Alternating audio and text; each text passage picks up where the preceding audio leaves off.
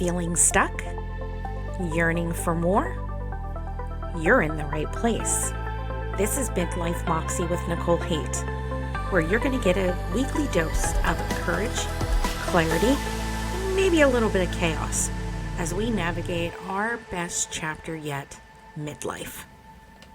Back to Midlife Moxie with Nicole Hate, and today we've got episode 4. Episode 4 is selfish is not a dirty word. Let's talk about reclaiming your time, your energy, and your desires.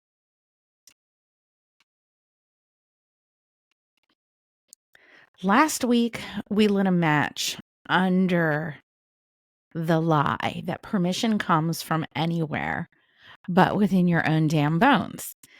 Today, we're going to exercise a word that has been choking you since you were probably old enough to want something for yourself. A word that has kept you small, smiling, and slowly dying inside. That word, selfish. So let's start with something that's going to hurt. Say this out loud.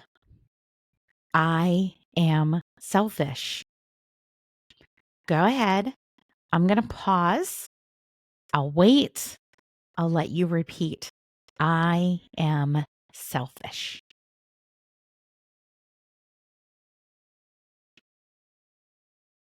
Now, after you said those words, I want you to recall maybe what happened. And by the way, if you're driving, operating heavy machinery, at work, somewhere where you can't do this right now, you can always come back and revisit it.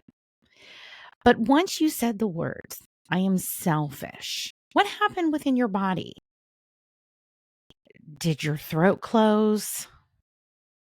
Maybe you whispered it as if it was a little confession. Or did your body just full on physically recoil?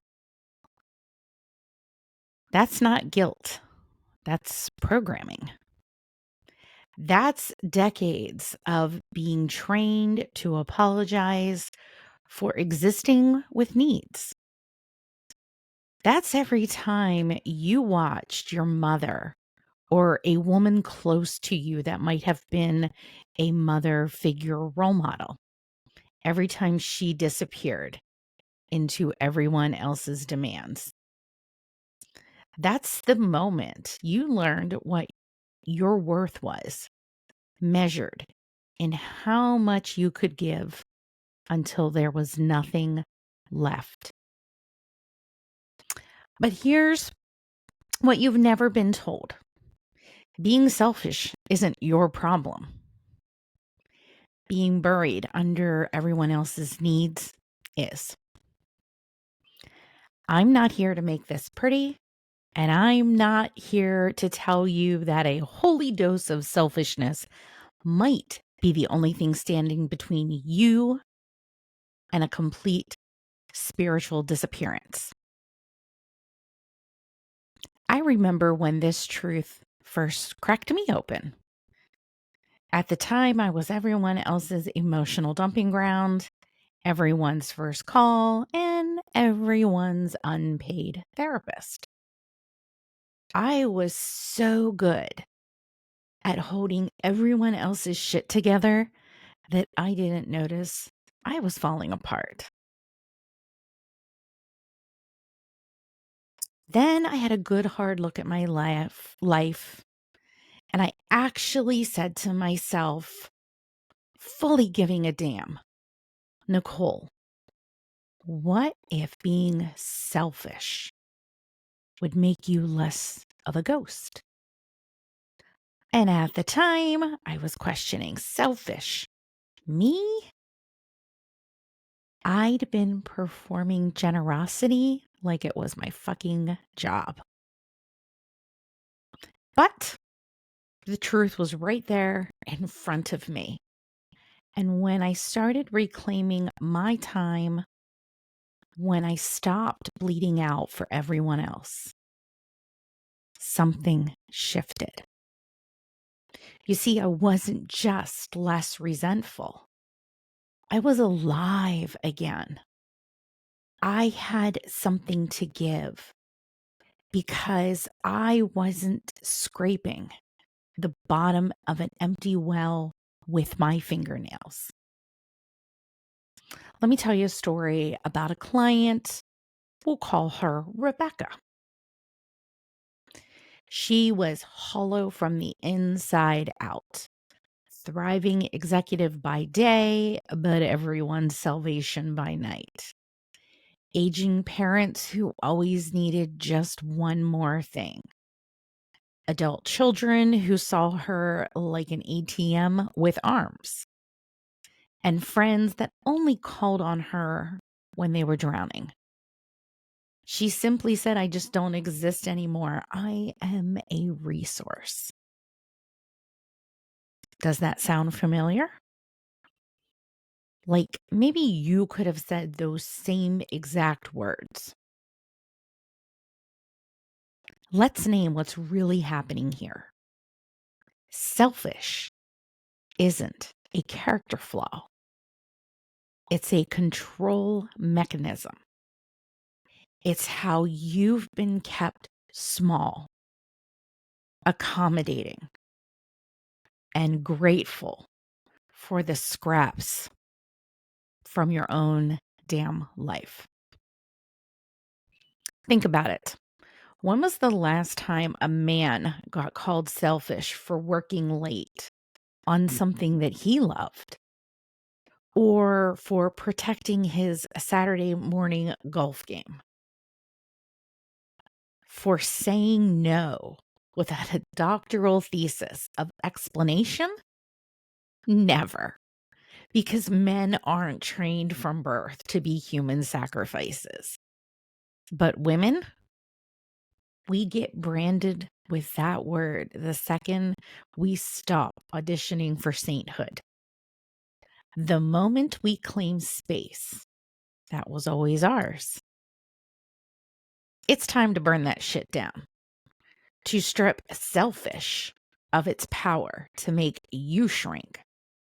To recognize the massive fucking difference between healthy selfishness and honoring your needs and harmful selfishness, bulldozing others for sport. This isn't about becoming cruel. It's about recognizing that you matter too. That your time isn't communal property. That your energy isn't an endless resource for others to strip mine. That your desires aren't luxury items you can only afford after everyone else is satisfied. So, what does healthy selfishness actually look like when you're not apologizing for it? Let's get specific. First, reclaiming your time. You see, time is the only currency that you can't earn back, yet you're handing it out like it's worthless. Saying yes to shit that's making your soul shrivel. Letting your boundaries get trampled because someone needs just 5 minutes that then turns into 50. Think about the example that I provided about the art last week in episodes with a client that I worked with, and how reclaiming that time and space brought her back to life. Rebecca also started with one act of her own rebellion. She stopped answering her phone during family dinner. That's it. One boundary, one declaration that this time was hers. The world didn't end. People adjusted. She got to actually eat a meal without performing availability. So, what's one way that you could reclaim your time this week? And no, not next month when it's easier. this week? Maybe it's actually taking your lunch break instead of eating at your desk like a hamster. Or maybe it's saying no to a committee that feels like slow death. Maybe it's putting your phone on silent after 8 p.m. Second, let's talk about protecting your energy. Energy is finite, and especially in midlife when your body is already staging its own rebellion against the lie you've been living. Yet, you keep spending it on people who leave you feeling drained, on activities that feel like punishment, obligations that were never yours to carry. For me, protecting my energy meant getting brutal about which relationships were mutual and which were me being someone else's unpaid life support. It meant recognizing energy vampires for the people who leave you feel like you've been through a spiritual car wash backwards. So, what's one way you could protect your energy this week? Maybe it's unfollowing a social media account that frankly just makes you feel like shit. Maybe it's saying, I don't have the bandwidth for this without a detailed PowerPoint presentation of why. Maybe it's asking for help instead of bleeding out in silence. Third, let's talk about honoring your desires. And this is where things are going to get really fucking radical because women are taught to want what others need for us for so long that we lose contact with our own actual desires. We become shapeshifters, contorting ourselves into what makes everyone else comfortable. Think about the things that maybe you've abandoned because it felt indulgent. And if you were given 30 minutes to be indulgent, what would that look like? Would that be your lifeline back to the woman you buried underneath everyone else's needs? So I ask you, what desire or desires have you been suffocating? What would light you up that you've been putting off until everyone else is taken care of? What if that mythical someday is actually today? You're hearing this, but you already have the negative self-talk in your head swimming in circles because I can hear your objections. But Nicole, I have responsibilities. Of course you do. I'm not going to downplay that. And I'm not suggesting that you abandon your life and join a commune. What I am suggesting is that there's room for both, for meeting your responsibilities and not disappearing in the process. You can love your people and love yourself. In fact, you can only truly show up when you're not running on fumes and resentment. Now, the next objection I hear intuitively is, but what will people think? And I'm going to counter your question with my question. So fucking what? What if being called selfish is actually a sign that you're finally interrupting patterns that have been killing you slowly? What if it's evidence that you're no longer available for exploitation? The people who truly love you will adjust. And they may throw a fit at first, especially if they're used to you being their 24/7 emotional convenience store. But they will adjust. And the ones who don't, the ones who keep trying to guilt you back into servitude, they're actually showing you what your relationship was built on. Think if you have adult children, because some of you that are listening to this might. You might receive pushback. You might be taken on a full-on guilt trip. And you may be accused of, well, you might have already guessed it, selfishness. Someone may look at you and say, you've changed. And they say it in a tone that almost as if it feels like a terminal diagnosis. But you can hold the line. Because that line is something unexpected that they aren't ready for. When you honor yourself and your time and your values and all the things that you want, you actually may find that your relationships become deeper. People start seeing you as a whole person, not just a vending machine for someone else's needs.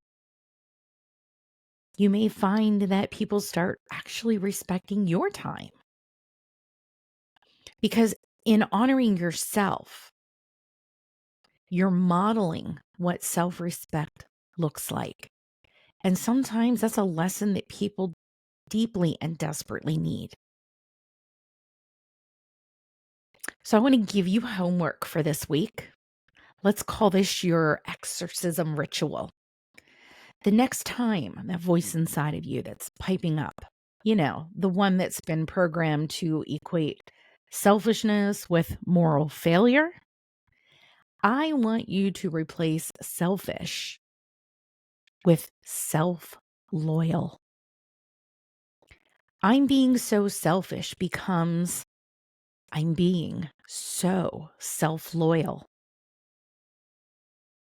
And feel the difference in that.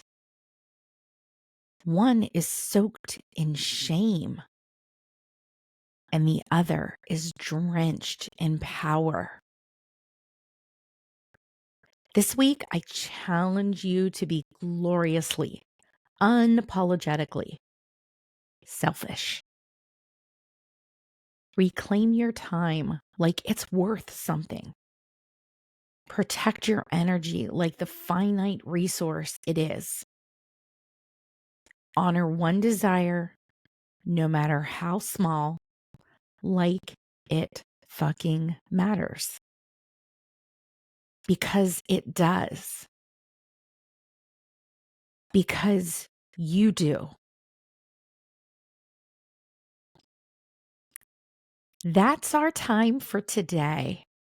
And if this message hit you where you're hiding, come find the Facebook group. There'll be a link to it in the show notes. Sign up to be on my email list. Link is also going to be in the show notes because that's where I get really vulnerable, really honest, and sometimes I say things that I just can't say on social media. I don't do surface level in these deeper places where you can find me. I do real work and I talk about real things. So I suggest you subscribe and join if you're ready for more powerful, loving truth bombs. And let me know, let others know how you feel about this podcast. If you know someone that desperately needs to find a way out of the performance that they've been living in, share this with them. Remember, being selfish isn't a sin. It's your salvation. So until next week, go be magnificently, unapologetically selfish in all the ways that resurrect the woman that you've buried. You're not broken, you're buried, and it's time to dig yourself out.